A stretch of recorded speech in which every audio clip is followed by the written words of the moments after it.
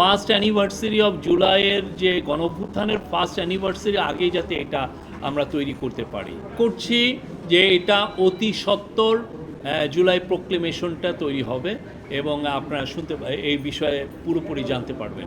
না, প্রোক্লেমেশন একজনদের দেরি হচ্ছে তা না, আমরা চাচ্ছি যে এটা ফার্স্ট অ্যানিভার্সারি অফ জুলাইয়ের যে গণঅভ্যুত্থানের ফার্স্ট অ্যানিভার্সারি আগেই যাতে এটা আমরা তৈরি করতে পারি এবং আমরা সেই লক্ষ্যে কাজ করছি। সেই জন্যই ডক্টর ওয়াহিদুদ্দিন মাহমুদের নেতৃত্বে একটা কমিটি করে দেওয়া হয়েছে।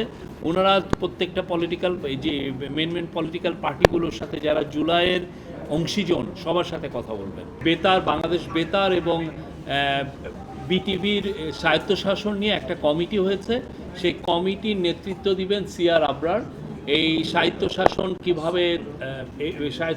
কীভাবে দেওয়া যায় এবং সেই সাথে বাংলাদেশে ওনারা আরও ওনাদের টিওআরের মধ্যে আরও কয়েকটা বিষয় থাকবে। যে আগে আপনারা জানেন যে মিডিয়া কমিশনের রিপোর্টে এসছে যে আগে যখন টিভিগুলোর লাইসেন্স দেওয়া হয়েছে অনেক ক্ষেত্রেই দেখা যাচ্ছে একটা পার্টির পলিটিক্যাল ইডিওলজিকে সার্ভ করার জন্য লাইসেন্সটা দেওয়া হয়েছে। তো এইগুলো লাইসেন্সগুলো কিভাবে দেওয়া হয়েছে এটা ওনারা ইনভেস্টিগেট করবেন এবং অ্যাট দ্য সেম টাইম তারা সামনে আরও টিভি লাইসেন্স যদি দেওয়া হয় সেক্ষেত্রে কি কি নীতিমালা থাকবে দেওয়ার জন্য সেগুলো ওনারা ফর্মুলেট করবেন।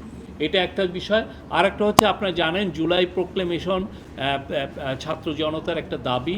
তো জুলাই প্রোক্লেমেশনটা যাতে খুব মানে 5ই আগস্টের আগে এটা দেওয়া যায় সেই জন্য একটা কমিটি করা হয়েছে।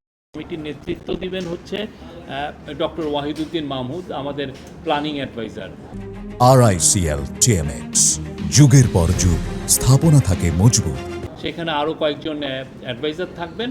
তো ওনার নেতৃত্বে এনারা কাজ করবেন আমাদের স্টুডেন্টদের সাথে, পলিটিক্যাল পার্টিগুলোর সাথে করে ওনারা একটা জুলাই প্রোক্লেমেশনটা খুব দ্রুত যাতে এটা তৈরি করা যায় সেই জন্য ওনারা কাজ করবেন।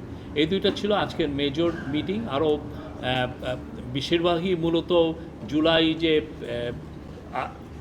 গত বছরে যে জুলাই গণ অভ্যুত্থানে কী হয়েছে, এটা কিভাবে রিক্রিয়েট করা যায়, কীভাবে আবার সেই উনি যেটা বললেন সেগুলো নিয়ে মিটিং হচ্ছে। প্রায় 2 ঘন্টার মিটিং, সেখানে 9 জন অ্যাডভাইজার ছিল।